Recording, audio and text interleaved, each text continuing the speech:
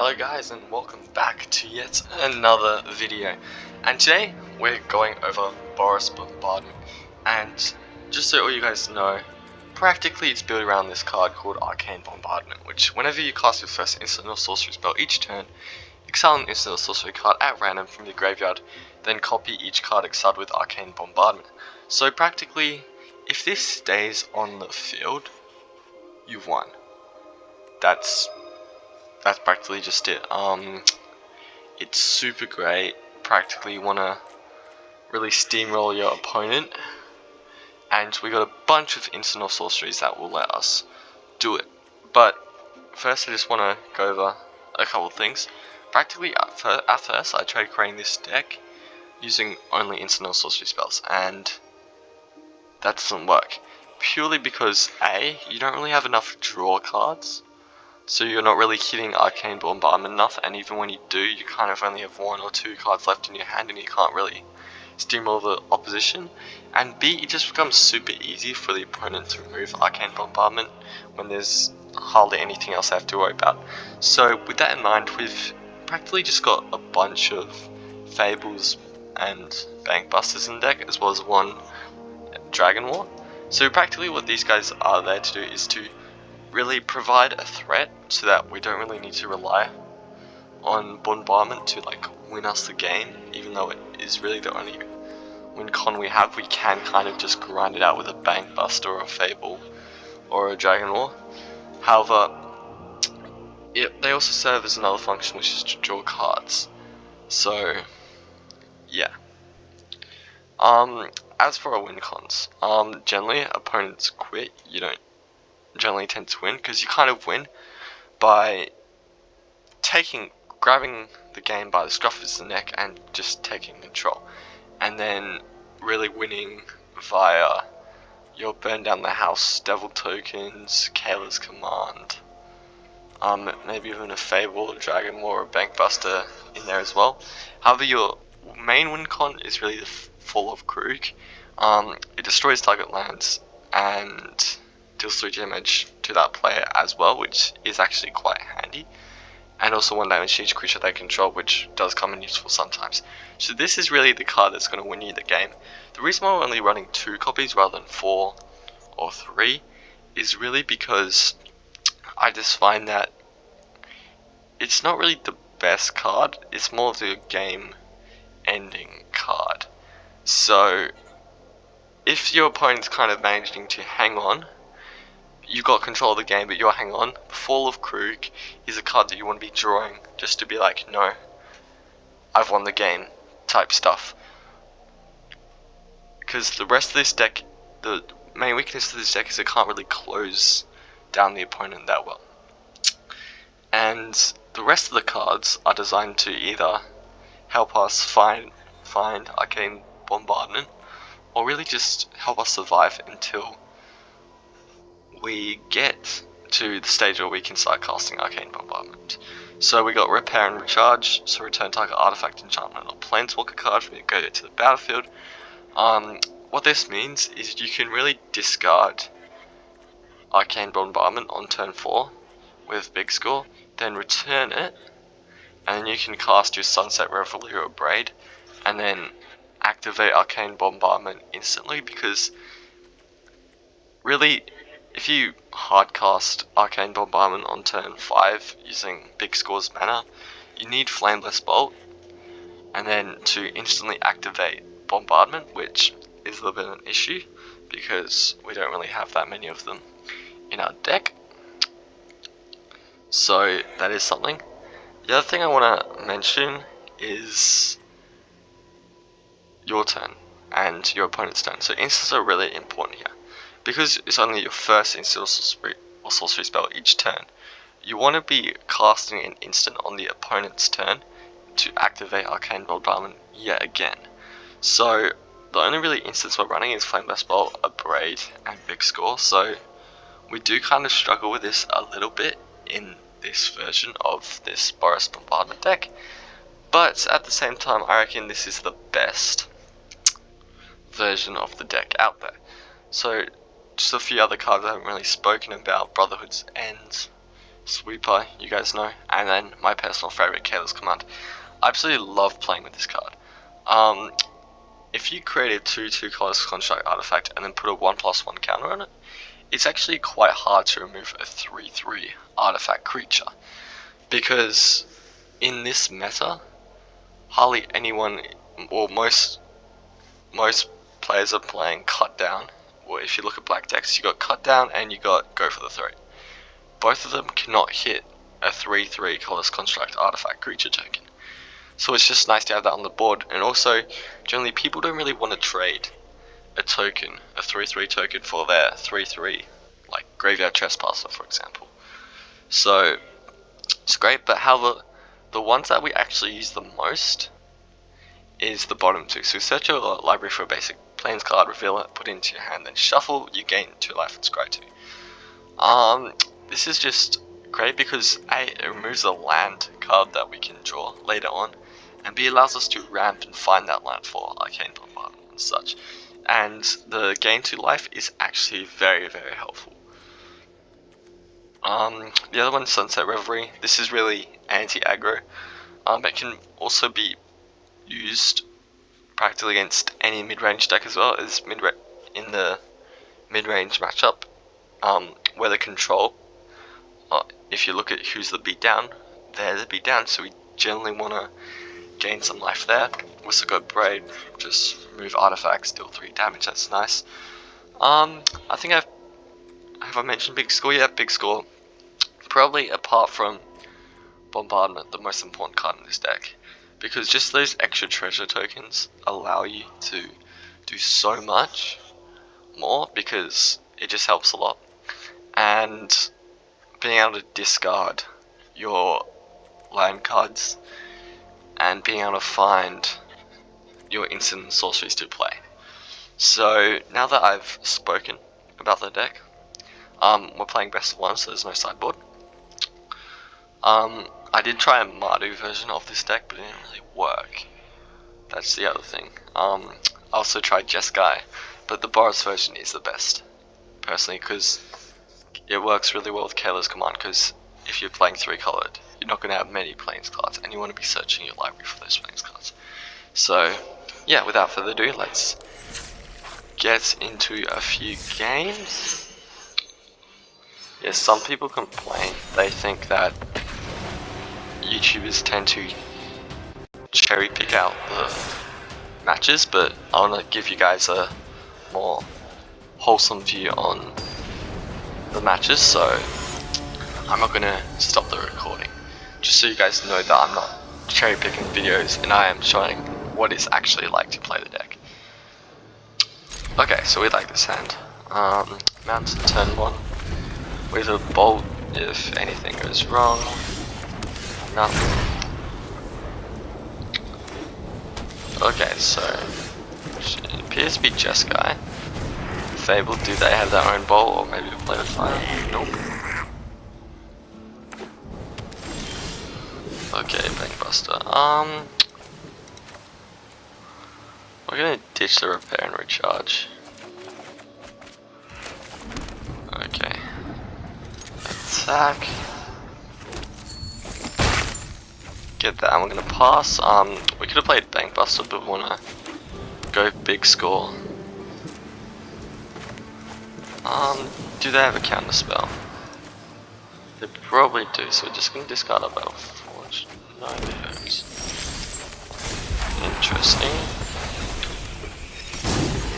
We don't want to overcommit to the board. Could very well have a sweeper on the way.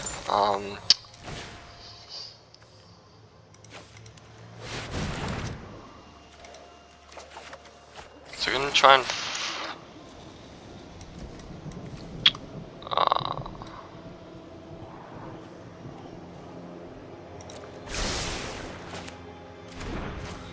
I actually think the dragon will be helpful because we've got a lot of cards in our hand that we don't really need. Sunset Reverie and these 2 lands. Okay, so there the opponent finally places a Celestis. We're gonna draw a card with our Bankbuster.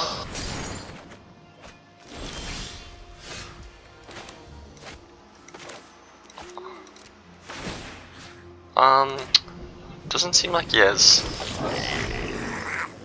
priority, so we're just gonna target our 2/2 token and swing for 2.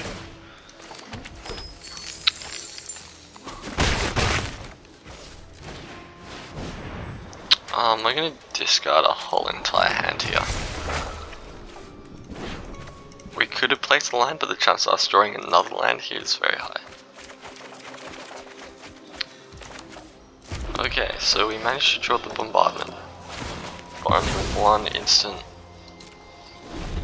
to place it on. Because now he's got these Celestis. Surely he hasn't. I'm very curious. He's not placing any lands, we can't just have land. So he probably has a deck full of bombs.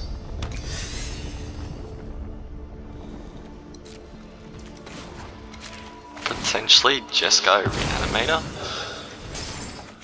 Okay, so there's another Bombardment. I'm gonna place it.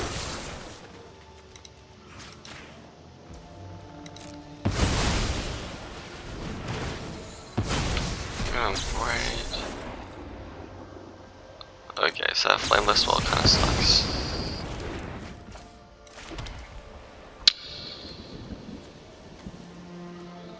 We're just gonna attack for now. We could have copied that dragon, but yeah, we should have copied that dragon. My bad. Okay, so can he reanimate the one with the multiverse? Okay, repair and recharge. Cool. The question is, have we won though?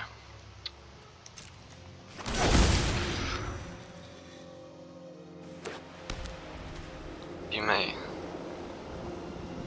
cast a spell, so we get 1 free cast here. A portal.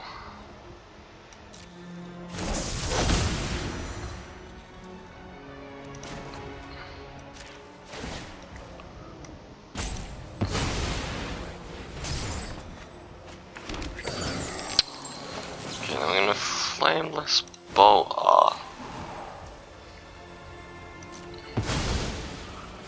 Dragon token. Perfect. Okay, so that's the most clutch draw ever. Because now we can sacrifice our 1/1 tokens. Okay, so that was pretty nice. Opponent was very slow. Against these type of decks, I guess we would struggle because we can't really end the game that quickly. So we were kind of lucky in the sense that he just had a super slow game plan. So yeah, because a whole bunch of our cards were useless, like a Braid, Reverie, Bolt, and Brotherhood's End. Don't do so well against those type of decks. But that's why we have heaps of discard options, so that we can discard those useless cards and try and find better ones.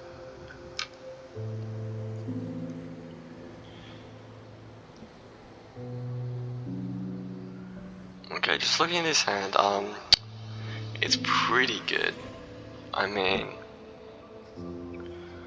another land would be nice, maybe for the repair recharge, but we're looking at Bank Buster turn 2.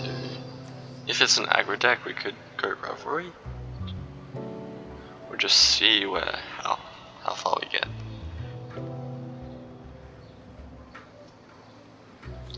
See, the worst thing to do is to die against an aggro deck with a Reverie in your hand. It's so annoying when you do it, because you want to like place it, but at the same time you want to be able to grow out your mana curve. Okay, so opponent's just sitting here. Is this a free easy win?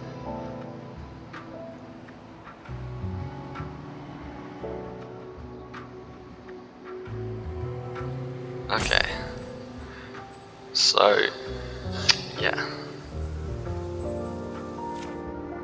Okay, no, he's here. He's here.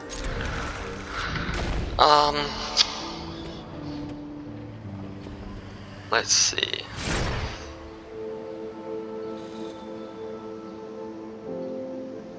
Is he a roper?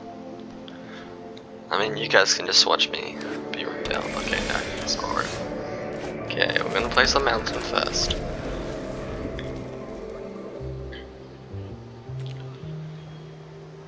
He could be Esper, he could be Mardu. Or it could just be straight Ores of Control. Okay, so opponent places his own Link Buster. We draw Chaos Command, so now we kind of want Esper. Okay. Unfortunately, we don't actually draw another land. Which kind of sucks. Okay, so he's Teferi. The future looks bright for one of us. We're in a little bit of a pickle.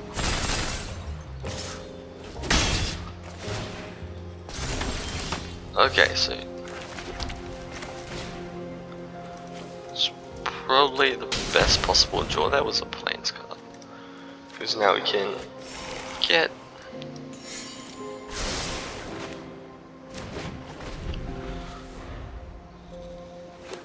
our next one.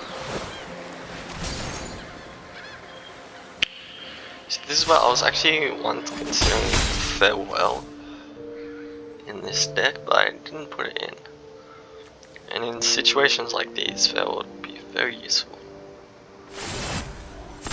And some think time only flows in one direction.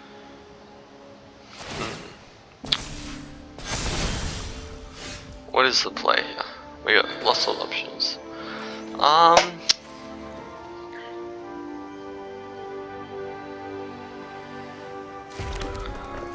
I think we'll just hold for now.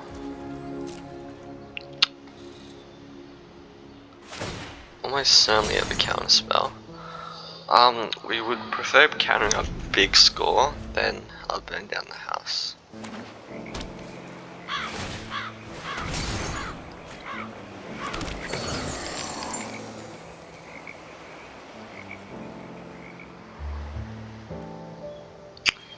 Okay, so he's gonna have 5 land left. And he's gonna attack us down and do 9 damage.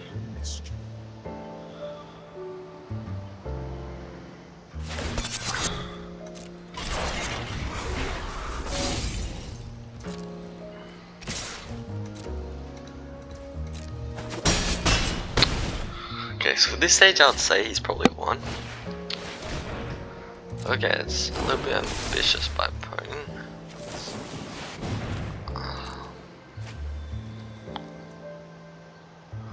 Big score. Okay.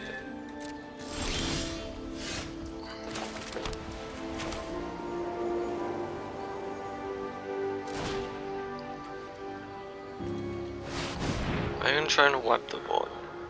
Does he have a counter spell? Yes, he does, and that is game. Okay, so that is pretty unfortunate.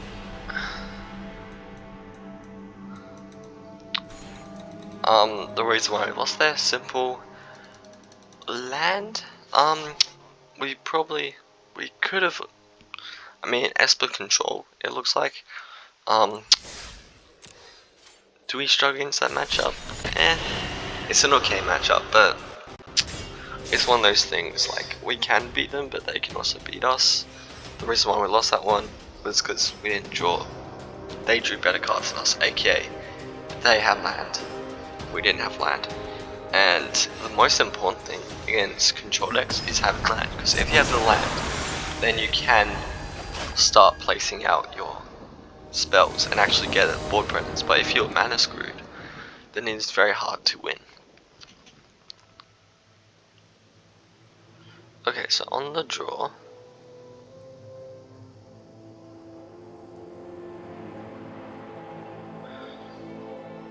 this is interesting. Does this deck prefer to be on the draw? It's one of those things, like, sometimes for this deck it doesn't really matter in the sense whether or not you're on the draw or not from the deck's standalone perspective, but then as soon as you have an opponent, the opponent most likely, their deck most likely prefers to be on the draw. No, sorry, on the play. So then your deck prefers to be on the play purely because it advantages your opponent to be on the play. Okay, so one thing here is Bankbuster. Even if they have a counter spell, might as well, okay they don't. I was thinking I might as well just draw it out.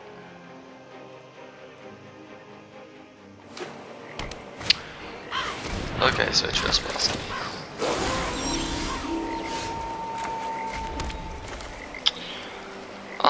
Trespassers can be annoying because they can exalt cards from your graveyard, but really the amount in which you put sorceries in your graveyard is higher. Okay, so there's a cut there. Okay, Tenacious Underdog. Tenacious Underdog is the sole reason why I have Flankless Bolt in our deck over Play with Fire.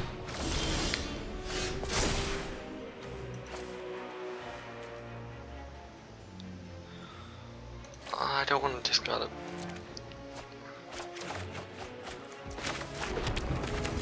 Okay. I'm gonna swing the board.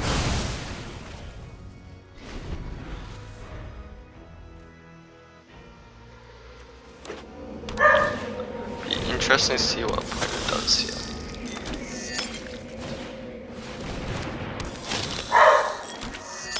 Okay, so he goes straight back at us.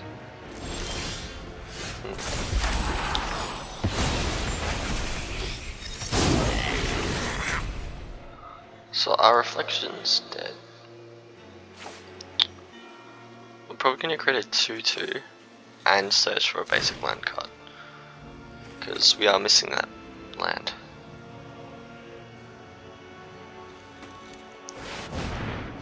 And hopefully that 2/2 will prevent them from attacking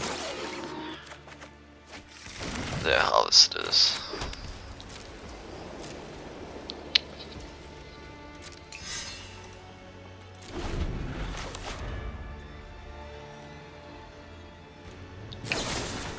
Okay, so he decides to go for the throw, Reflection.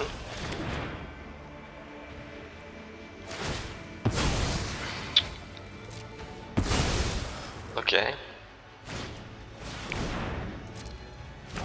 Based purely on the fact that we hardly have any, in fact we don't have any creatures in this deck, it is probably the correct move to go for the throw. Okay.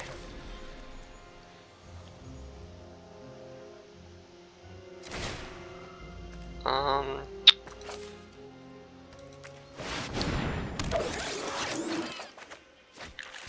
gonna make the same move, except this time I'm gonna actually double up. And we already have a land in our hand, so we don't really need another land. Big score is excellent.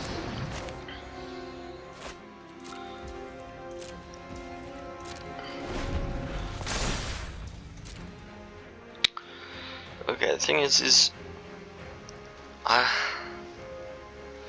reckon we're on enough life, so if he does attack with Tenacious Underdog. Okay. Question is, if he's ready to go for the throw. Okay, cut down can remove construct. But it can't remove the Bankbuster, which is why we're doing this. Okay, invoke this bet.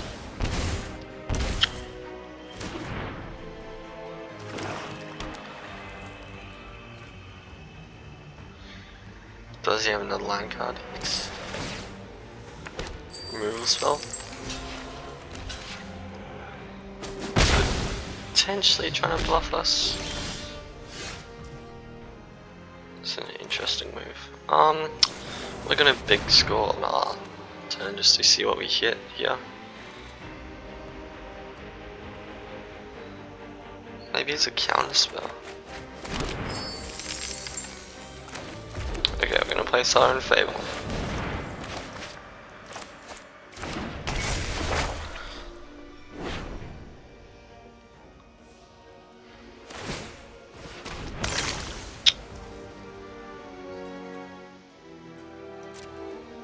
That is very interesting. That is the one card that this deck does struggle quite a bit against, because we in fact have like no ways to improve it apart from burn down the house.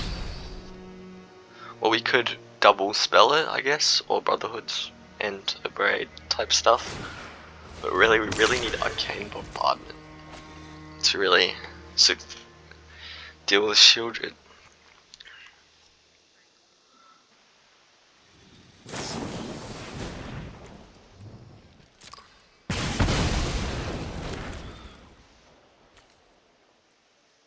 So he's probably gonna blitz Tenacious on a dog here, causing us to go to 9.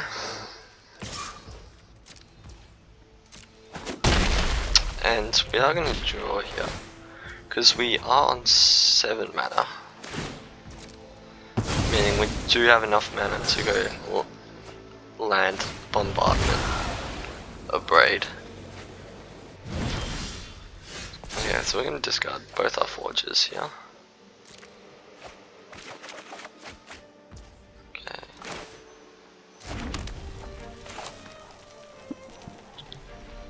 Sun's Arrow is a nice card to have.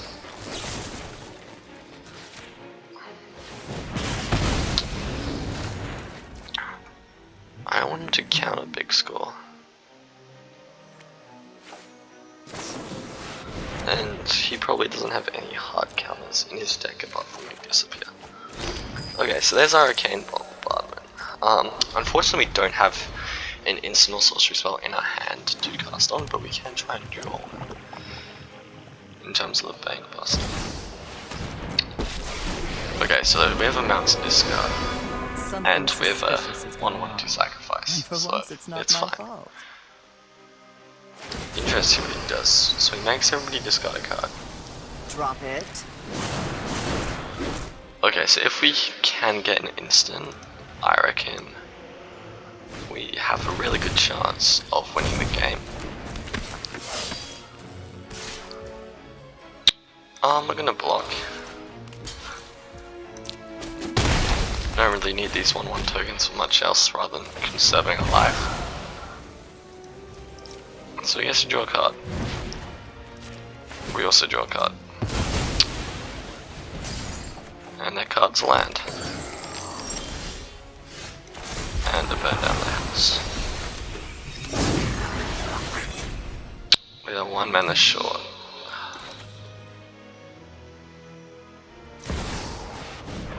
We're just gonna place Bombardment. We see no reason not to because we do have an enchantment on the field to sacrifice. Just in case he does have Invoke. It's no fun when they hit back. Okay, so there's the Invoke. Sacrifice. Sacrifice.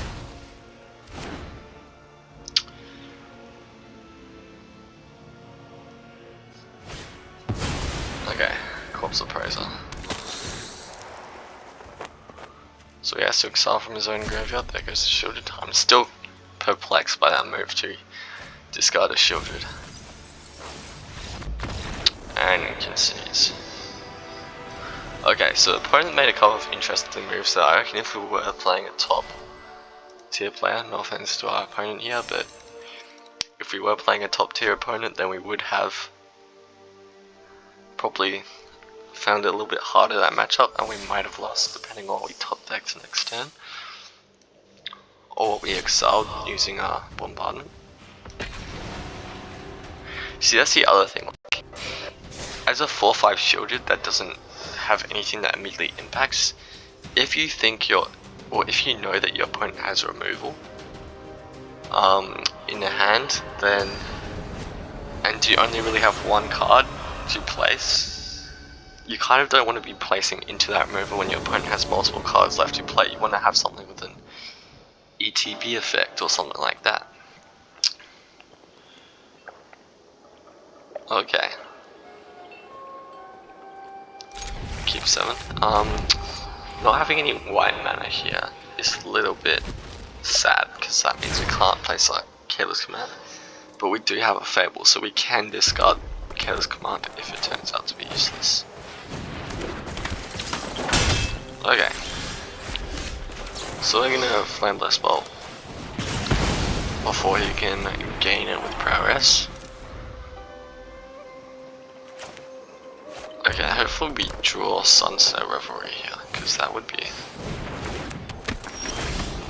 Okay. Draw another Chaos Command, not the best to be honest. But I think we're definitely going to Fable next turn, because... And then we'll discard the Fall of Karuk and one of our Chaos Command. We don't really see a scenario in which we're not going to do that.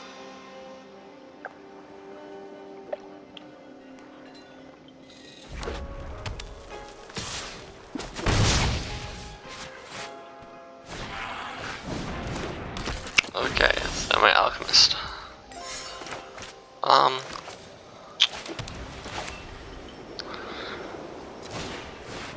Yeah, we're gonna play Fable anyway.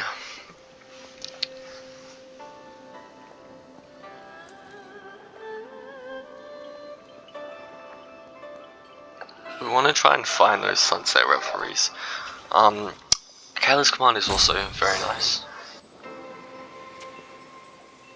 because it can, in fact, gain us that 2 life, and every single piece of life is important against burn. It may not be gaining 6 life or 4 life, but 2 life is really just enough.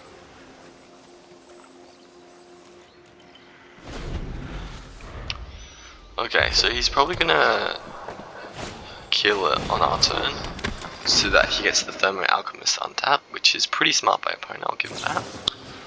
Yep.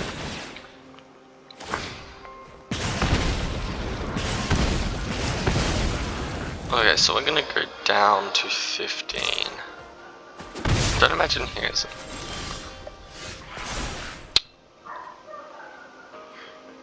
Okay, so that Brady is nice.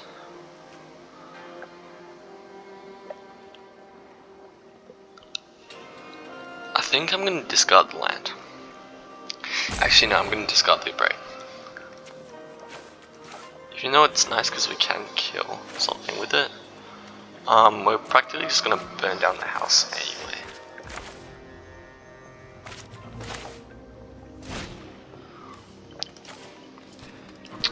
This seems to be a burn deck, so we don't really need a credit blocker.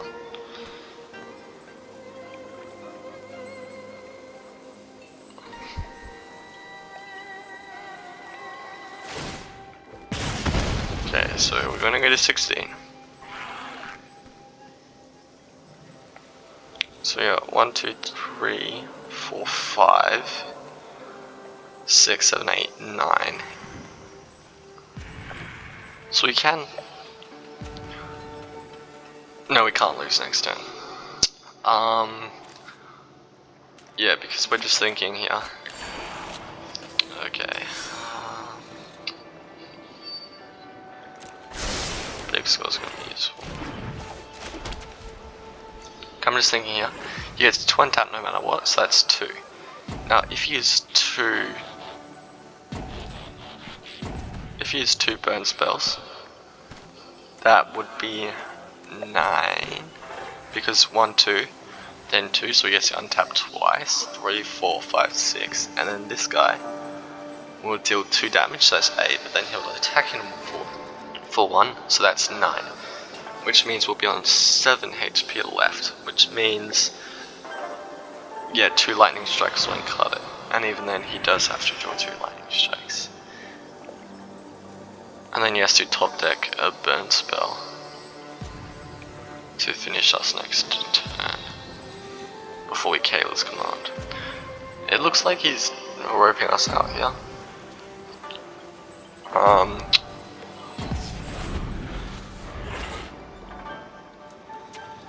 That's kind of sucks because that was at the end of our turn. If it was the start of his turn. Okay, so he's got something. 15. Yes, he can do an R turn. Hopefully he goes for the Fable. Because our Fable token, the reflection. Hopefully he goes for the reflection. The reflection itself isn't really that good in our deck because we got nothing we really want to copy. Well, we're gonna kill our reflection anyway, so.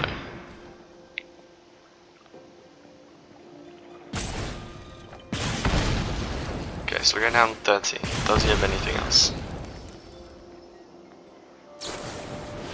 So there's one lightning strike. We're on 7.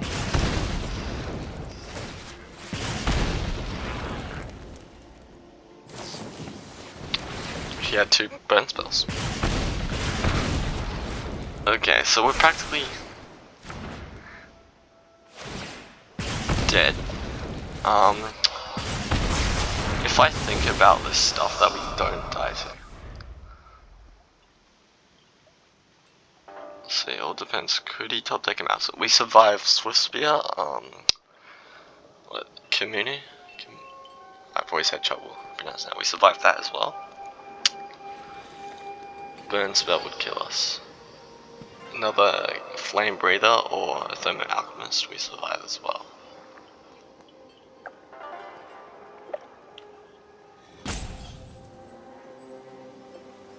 Is he really gonna rope us out? So he practically just roped us out, then dealt 14 damage to us in one turn. Well, Mechan, gotta be kidding me.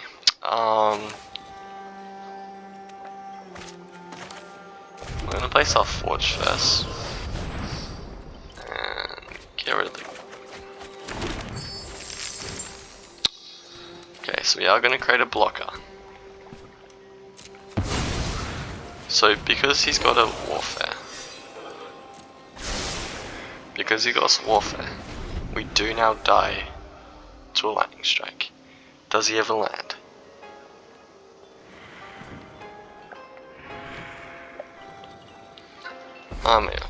Yes, he has a land. Okay.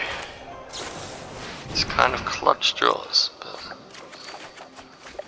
And there's the Sunset Revelry.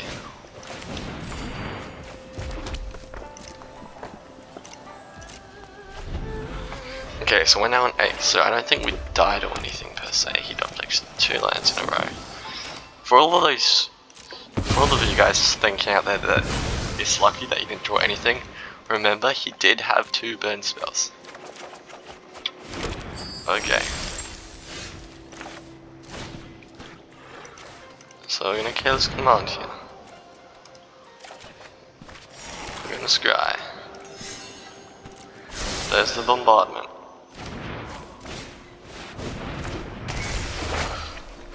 Okay, so we are pretty happy with the situation that we got. I don't see him running Explosive Singularity. For all those out there who don't know that card, I was actually considering putting it in deck. It deals 10 damage to any target. It would have been a 1-off, of course, and you wouldn't cast it, you would really just discard it and hope you excel with Arcane Bombardment, but yeah, it practically just deals 10 damage, but it costs a lot. But I can't remember exactly, but you can actually choose. Okay, Thermo Alchemist. Not ideal, because he can zap us even if he draws nothing. Okay.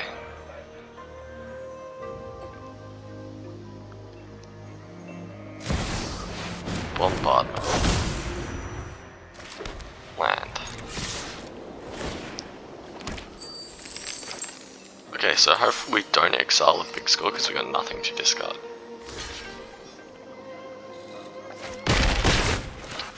Do we wanna? Yeah, we're just gonna kill it. hopefully we get rid of the Chaos Command. Okay. That sucks. Look out less. What does he draw?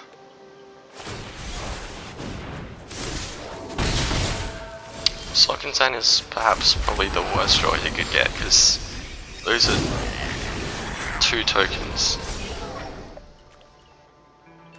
Oh, thank god. They only won once. I thought they dealt 2 damage, but then I realized. Yay. Draw another land. But luckily we did draw the bank loss, because it means next turn, even if we whiff, we probably should be able to draw another instant. Okay, Reckless.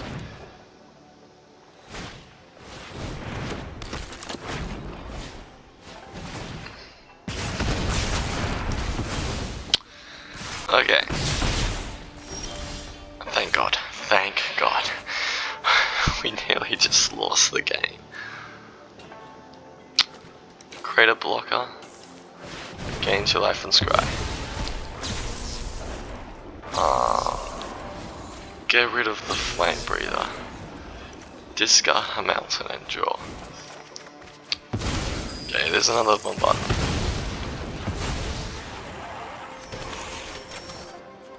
And a Revelry.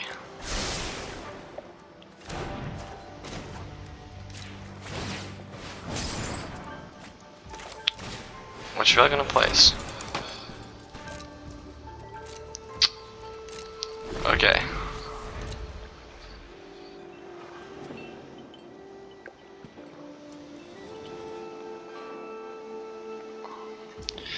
We nearly died there. Very close, but I think we're back in it.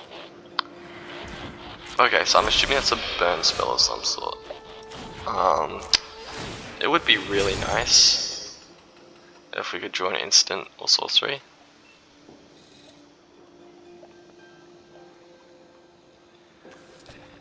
Come on, Arena. You can do this thing. Okay, so we're gonna place another Arcane Bombardment.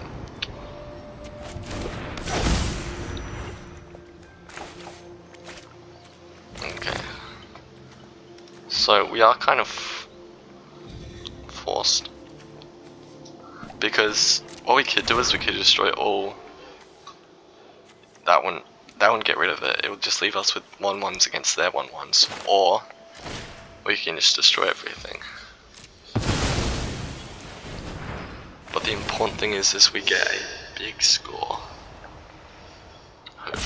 Hopefully it's a Careless Command. We exile 1 with one of our, or Sunset Reverie would also be nice. I've accidentally misclicked Decline before, so I just need to be very careful that I don't misclick here. I still won that match, but it was very close. And yeah, don't want to do that again. Okay, so is he gonna time us out again?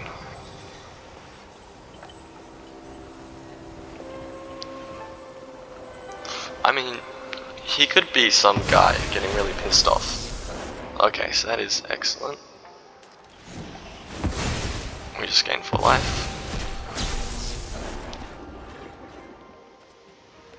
We gain another 4 life. They're all gonna die anyway. Yes, let's go. Okay, so we drew an Abrade. So what that means is that we can cast the Abrade on his turn, and we go again. I don't see how it wins from here, to be honest. Yeah, and he agrees with me.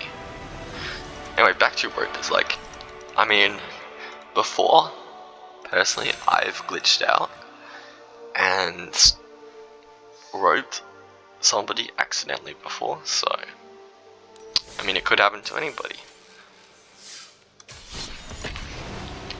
That's the other thing. I think I read a post on Reddit said about how people were so not nice, to put it lightly, in Arena, purely because nobody says good game or nobody says hello.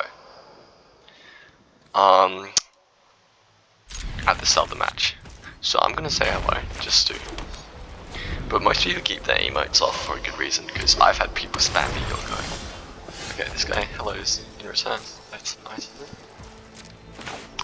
What I could have done is place Battleforge, then tap, and then place Revelry, but it looks like this guy's playing mono red, so we're gonna keep our Revelry in hand. Because we want the blockers as well. I don't think I explained it that well. So what we could have done was place Battleforge, and then tapped it and add 1 damage, and then we'd be on 19. So then we would gain the 4 life and draw a card. But what we want to do is we want to use it for stuff like this to create blockers. Okay, so we are going to discard a big score here. I do not like doing that, but okay, so we get the triple whammy here. We get 4 life. We're gonna wait. There are bigger things we would prefer to kill, such as the Thundering Raging.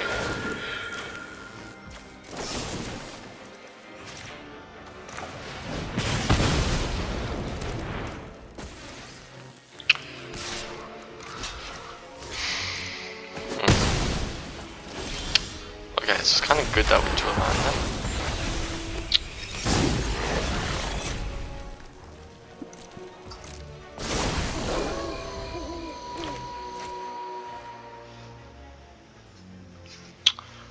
Okay, I maybe should have done big score during his turn, because it now gains trample. I think I'm just gonna, actually I'm gonna do it now, just to see if I can draw an abrade or something, in which case I will block. Okay.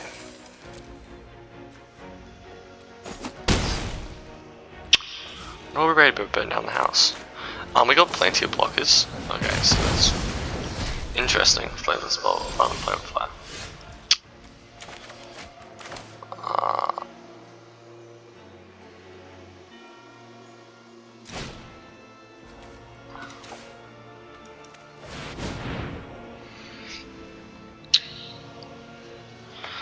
I'm gonna search for planes here. For the planes. A braid would be very nice. And then we're gonna place a token. Okay, so goes back to day.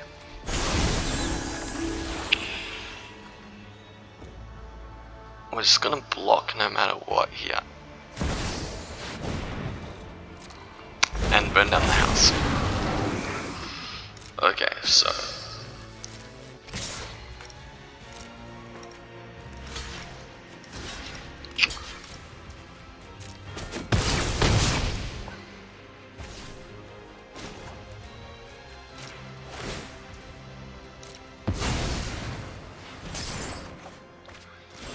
so there's an right. We're gonna kaboosh. Okay, so Shivan Devastators we do struggle against, because we can't really chump block them with our potential 1/1s that we can create. Arcane Bombardment, perfect. I don't imagine he'll be able to destroy it. We're gonna wait till our turn. See what he manages to place. Maybe he's just saving up mana for a good Shivan Devastator. But it's excellent because... okay, so he's gonna play with fire, I assume.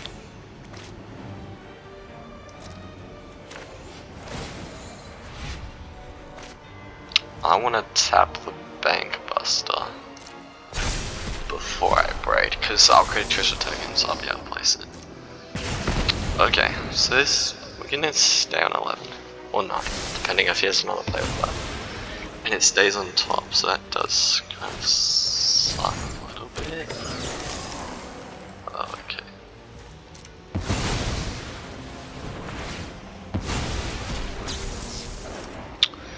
Perfect. Okay, and he scoops. Excellent. Okay. Tier 3. Let's go. From memory. Have we lost this video? Yes, we did. We've lost once, and we played 4 games, is it? Or maybe it's 5. But as you can see, this deck can be aggro. Burn, the standard mono red aggro that isn't burn, but it's more creature focused. Like, what happened to that 3? I can't remember its name, but there's this 3/1 that can make a creature not block. I haven't seen it in a while. As a 3/1, it's probably very easy to kill, but I still think it's pretty good, even though it doesn't have haste either.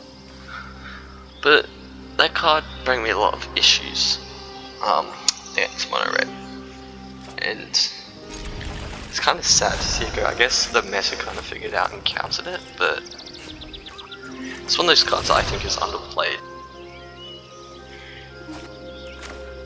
But I mean, I've never played straight up aggro myself, so I could be very wrong. Okay, so that Planeswalker was nice. We're probably not gonna discard this repair and recharge and not use it. So okay, so fellow Boros player, but hardly anyone plays Boros. It's most likely a 3-color deck. Okay, so Jeskai. There's been a lot of Jeskai decks recently.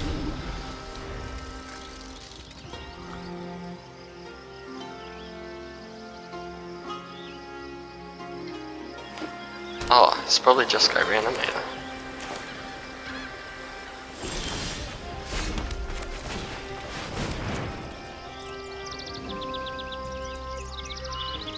Okay, I'm not a genius here, but I'm pretty sure we struggle against Jeskai Reanimate because we don't have any way to remove.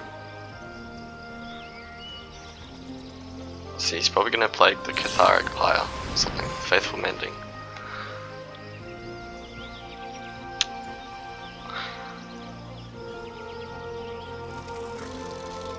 Oh, I mean, if I'm thinking of big bombs, Portal for Exit doesn't really do much against us because we hardly have any creature tokens, and we hardly have any creatures, and we don't have any creatures in our graveyard. But the one that I'm more worried about is Cityscape Leveler.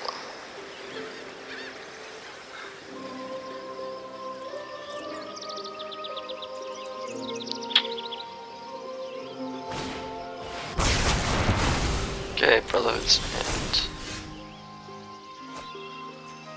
We can discard. Okay, we get a Chaos Command.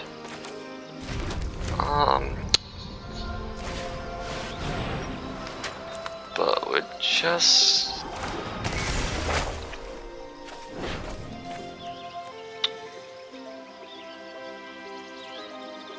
I want to keep the Abrade.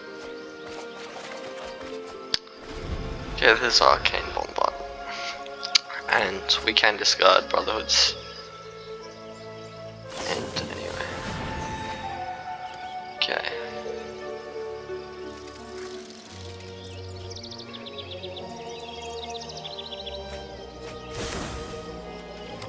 Okay, so that sucks. By them discarding Repair and Recharge, they're telling us that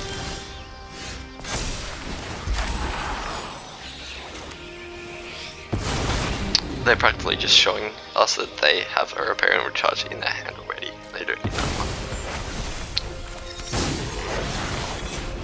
one.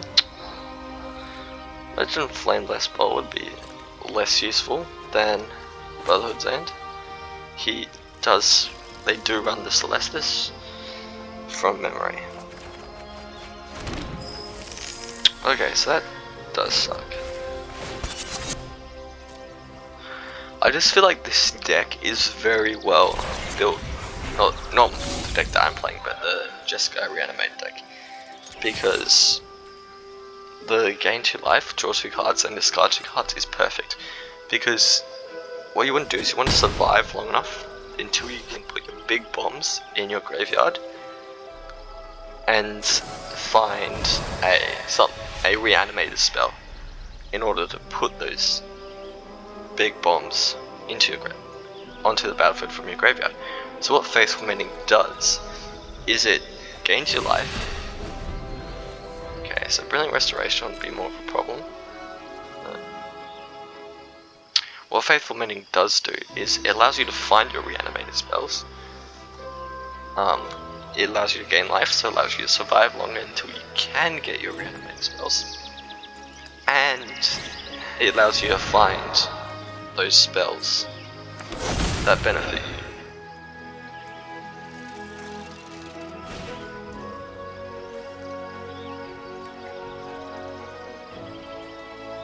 Okay.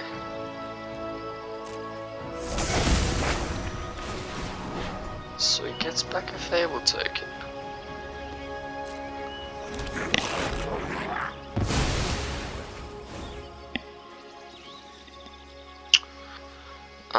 We're probably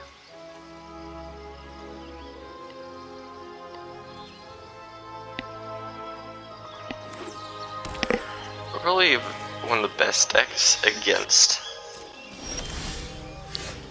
Okay, we're just gonna go Arcane Bombardment.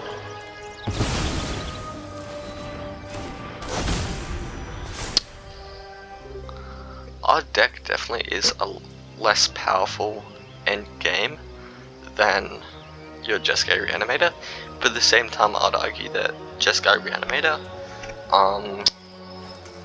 focuses purely on their game plan, and if they can't get the game plan out, then they've kind of lost.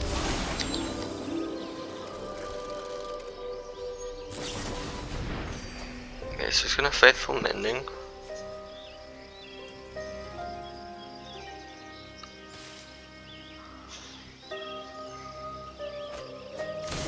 See, the problem with reanimated decks is they face the issue that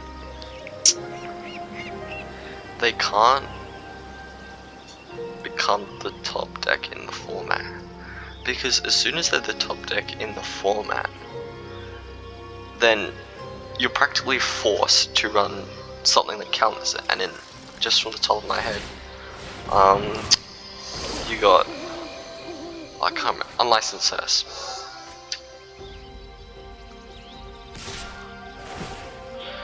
Okay, so it seems they don't really have a game plan to beat us at the moment. They probably have something like a Cityscape Leveler.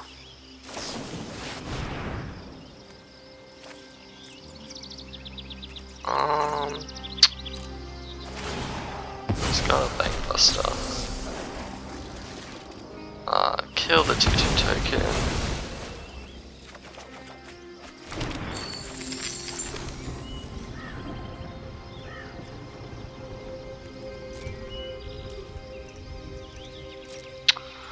Okay, so next turn we're gonna Braid his Celestus. Kill that. If he places a Cityscape Leveler, we're gonna kill that as well. Right now that's the card that we are scared about the most. Cityscape Leveler, because we can't really destroy it.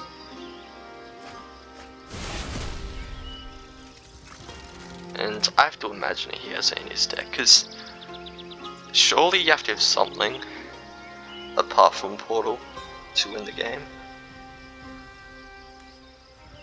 2-1 with the multiverses. Kami. That works too.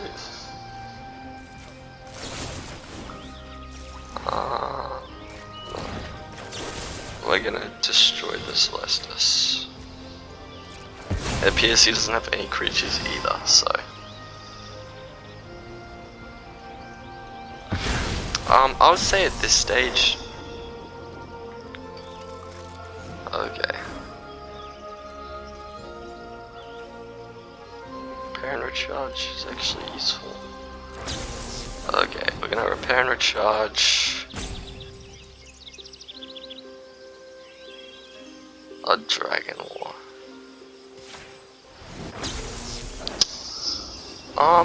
Yeah, might as well Excel Reflection. So you can't get it back.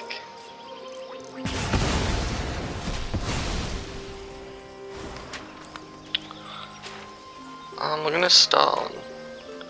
Actually, we're gonna start on 1. Because it's gonna go to 1, then at the beginning of our upkeep it's gonna go straight to 2. To be completely honest, I do not see us winning the game from here. But having said that, we're just gonna play it out to see. Because I haven't really been keeping up with best of 1 standard meta, to be honest. And I kind of need to be able to see what's going on. And because it's one of these decks, like, you need to know what endgame stuff they have apart from Portal and one with the multiverse. Okay, so they have their own Dragon War.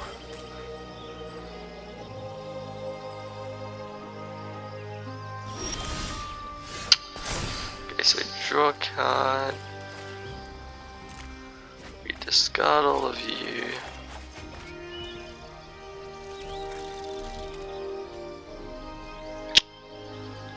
Okay. They don't really need land, I guess. Right now, our sole mission is trying to find that token will die, but it doesn't really matter.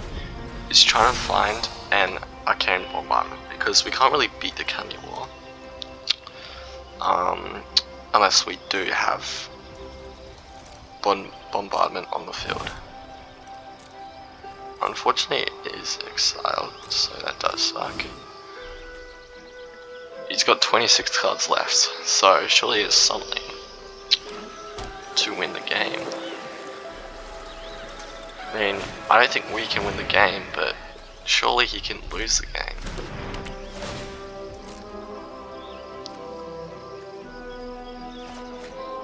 He has to have a cityscape leveler. Just has to. If we can gain enough life. Okay, so there's a Fable.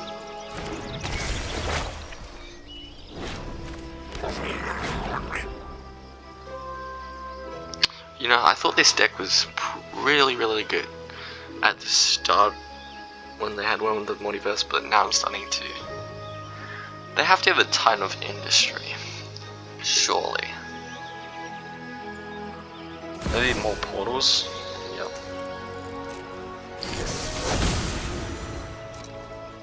See, that would work against any other deck. But this deck just, it's like, I used to play, when Alchemy first released, I fell in love with one of the new cards, which was, when it enters the battlefield, conjure a random duplicate of a card from your opponent's library. Okay, so we're gonna create a token. It's gonna attack us. When he uses 2-1 with the multiverses in play, he doesn't really need tokens. Well, treasure tokens, sorry.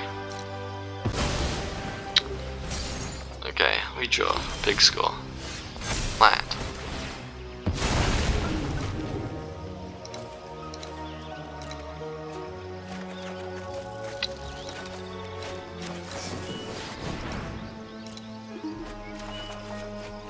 Finally. Oh, we're 1 mana short.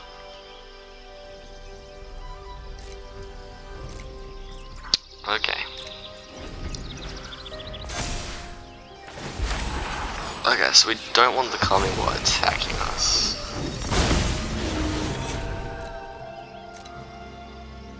We want to be able to exile it, which means we need a Flameless Bolt, which is in exile, so we need to draw another one. Because Flameless Bolt is just great, because the pure fact that I can exile is needed. Okay, so he is on 18 cards. maybe we do let the Kamiwa attack, and then we can give him back some card draw, tempt him into it, you know? Okay, I still think he must have something, like maybe just like one Titan, something that, or another cityscape, something that like win them the game.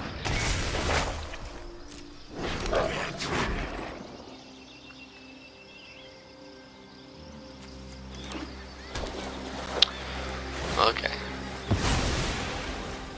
Damn it. Haste.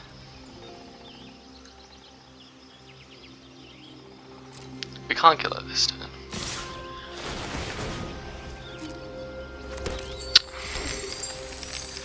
Okay, so as discussed, we're gonna give him back something that can draw him cards, but something that's cheap so he doesn't. So there you go. Yep.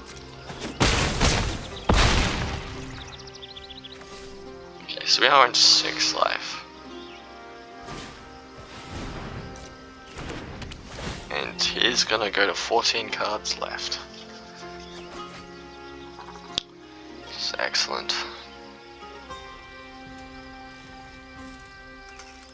Has he? No, he hasn't.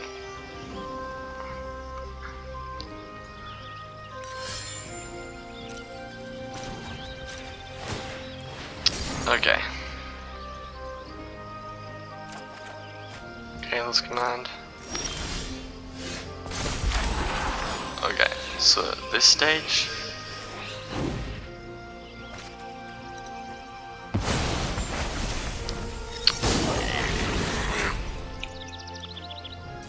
okay.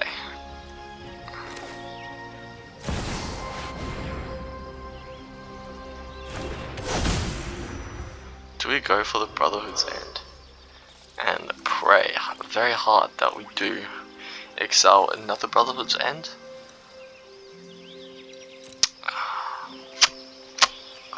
Or do we play the safe route and gain 2 life? I mean, we do need another land.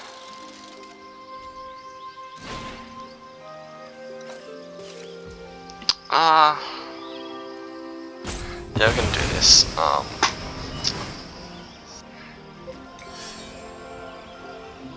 hopefully we do. Full of crew, we can destroy that. Doesn't really matter at this stage. That kind of sucks. The fact that he top deck that.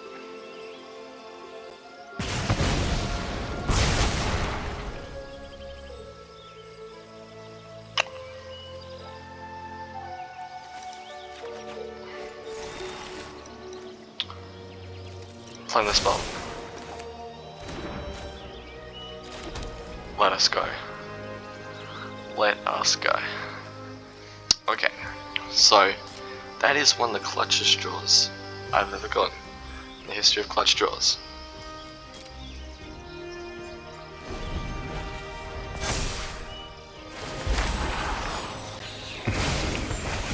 Okay, now we cross our fingers and we pray very, very, very, very, very, very hard that we draw, that we exile a Brotherhood's End. Because, so this is the play. We tap Banebuster, we get him red mana, we'll draw a card as well. We Flameless Bolt the Kamiwa, I'm just going to call it the Kamiwa even though it's flipped. We're going to Flameless Bolt the Kamiwa, we're going to exile, burn down the house, or actually preferably at this stage Brotherhood's End, but if you get something else that's... We're going to exile Brotherhood's End, then we're going to kill the Kamiwa using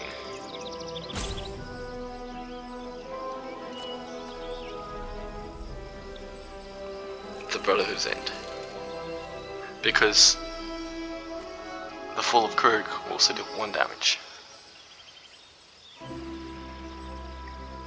However, first we're gonna block. Because we can always do that. Unfortunately, it's tramp, but we won't go there.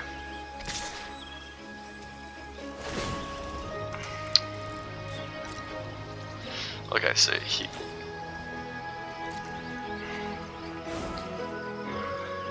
still on 11 life, and we're still surviving.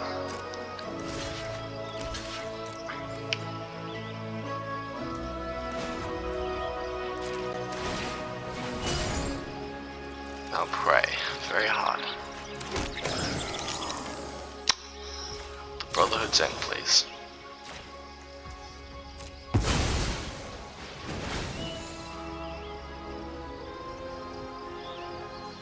See, he has it because of a bit of reunion. Okay, so we don't draw it, but we get the second best thing. Big score. And we're gonna try and move all this red mana. Does it matter? No. Okay, so we're gonna go down to 6 life. Unless he has something. Okay. So believe it or not, we're actually in this game.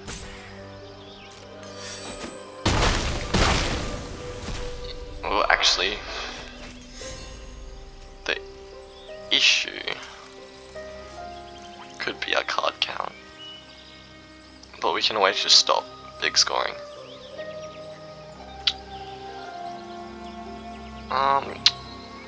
Maybe he might have Explosive Singularity in his deck. Especially with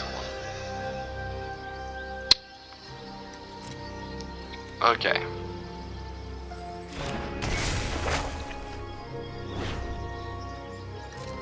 Actually, I think we've lost. If he's another Elden Dragon War.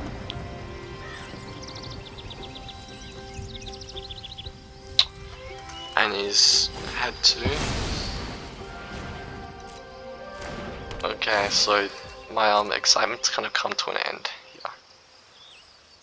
Because surely he'll have another Brilliant Restoration or something like that to return his Elder Dragon's War from the graveyard to the battlefield.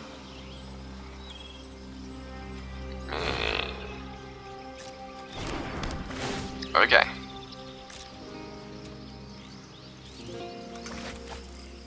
Hopefully it's the last card in this deck. He's got 4 cards left. Let's cross our fingers.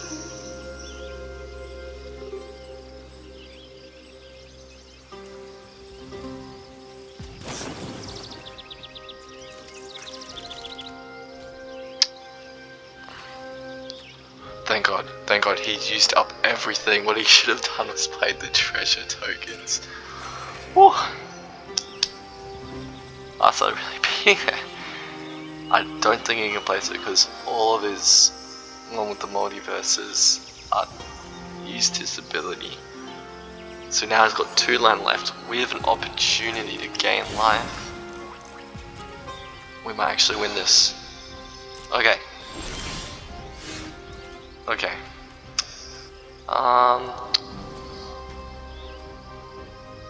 You know what? We're just gonna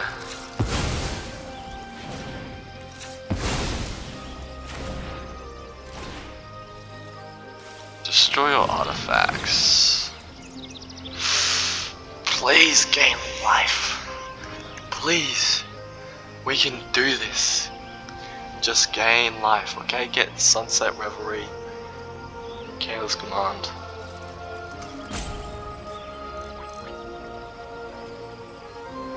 Another thing, we can draw a big score to see if we can see and try and find that.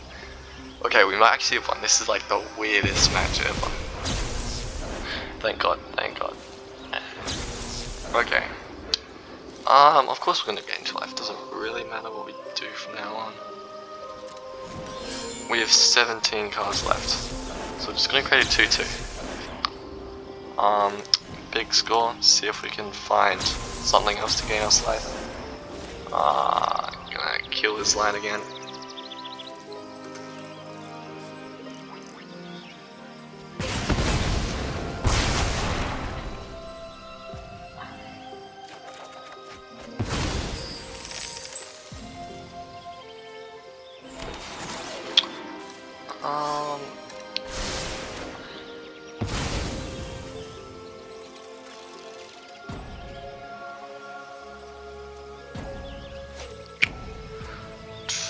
Putting's busy timing out. Just trying to figure out how in the world he lost this game.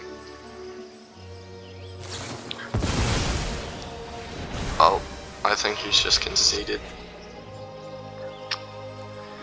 How we won this game, I got no clue. Oh my god. That is like the weirdest win I've ever faced. Did we get lucky? Maybe. That just goes to show you can't really just have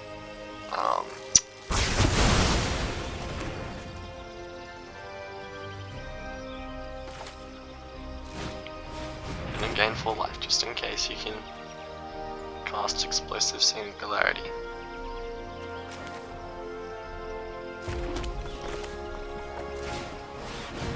Okay.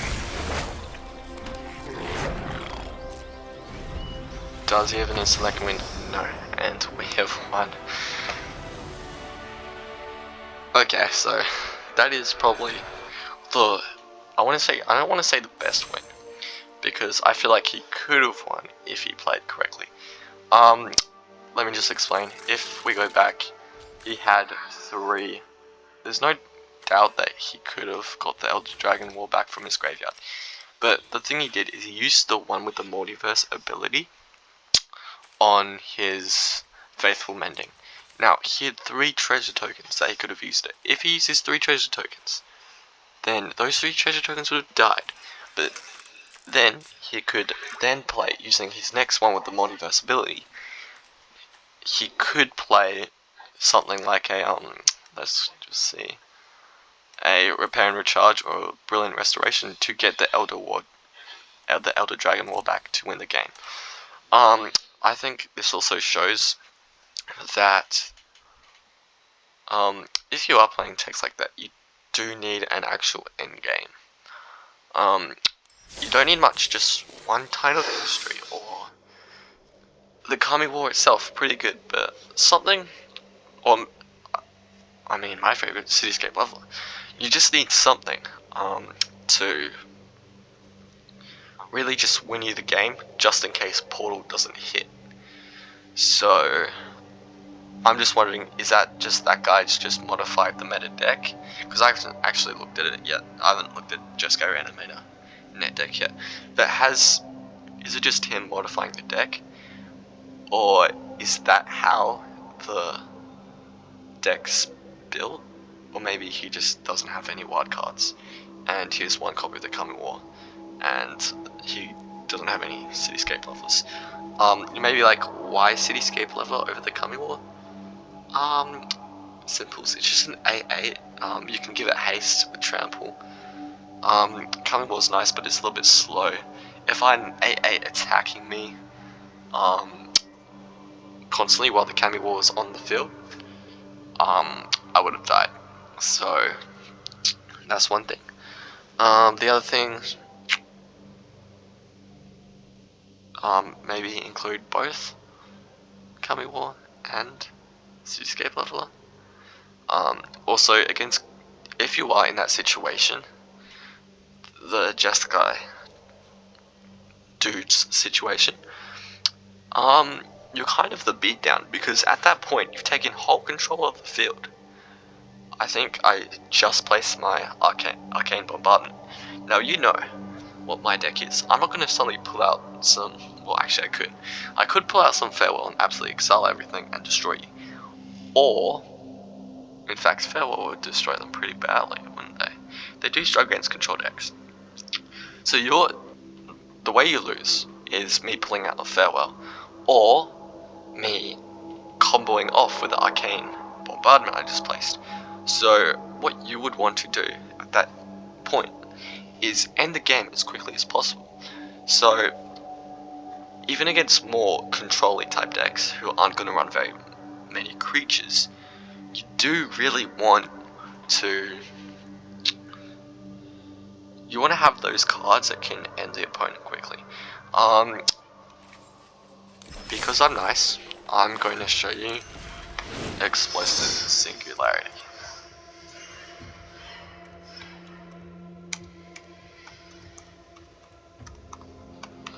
You know, I might have saw it wrong, but here it is.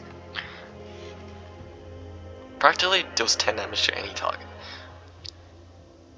Am I saying you should run 4 copies of this in your deck? Definitely not. But, maybe just 1 copy. I mean, if you're up against control, actually I don't really see that deck reading control that well, but I mean, somebody might have tried it, might not work, but it's just something good to end the opponent. Dragon's War is also nice, but I don't think it really fits for that deck. But yeah, for Jeskai Reanimator, just 1 copy of Explosive Singularity in there, so that when you do get to those matchups, you want to be able to kill those guys as fast as you can. Just a 1 copy. I don't think it's really going to change much, because you do have, what's the card called? Faithful Mending? Is that it? I'm intrigued now. Yes, Faithful Mending. You do have Faithful Mending, so you can discard it if you don't need it. I know it's not an artifact or an enchantment, so you can't really return it, but I reckon it just helps quite a lot to have something like that on the field that you can place to win the game. So now I'm gonna wrap it up. Final thoughts on the deck is great. Practically, what the deck struggles against, big creatures, definitely. Because if they can get big creatures on the field before you can get Arcane Bombardment up and running, then you either have to double spell them with Abrades and Flameless Bolts, or maybe Brotherhood Ending. So yeah, big creatures, anything above 5 toughness, very difficult to kill without Bombardment. Shieldred is also an issue, because you are kind of drawing quite a bit of cards with Big Score, Fable, Dragon War, Bankbuster, sometimes even Sunset Revelry. But Burn Down the House does deal with that, but even then, I only have 2 copies of Burn Down the House, so in this deck. So yeah. The Fall of Krug, I'm a little bit iffy on this deck. No, sorry, I'm a little bit iffy on the Fall of Krug in this deck. This deck is great.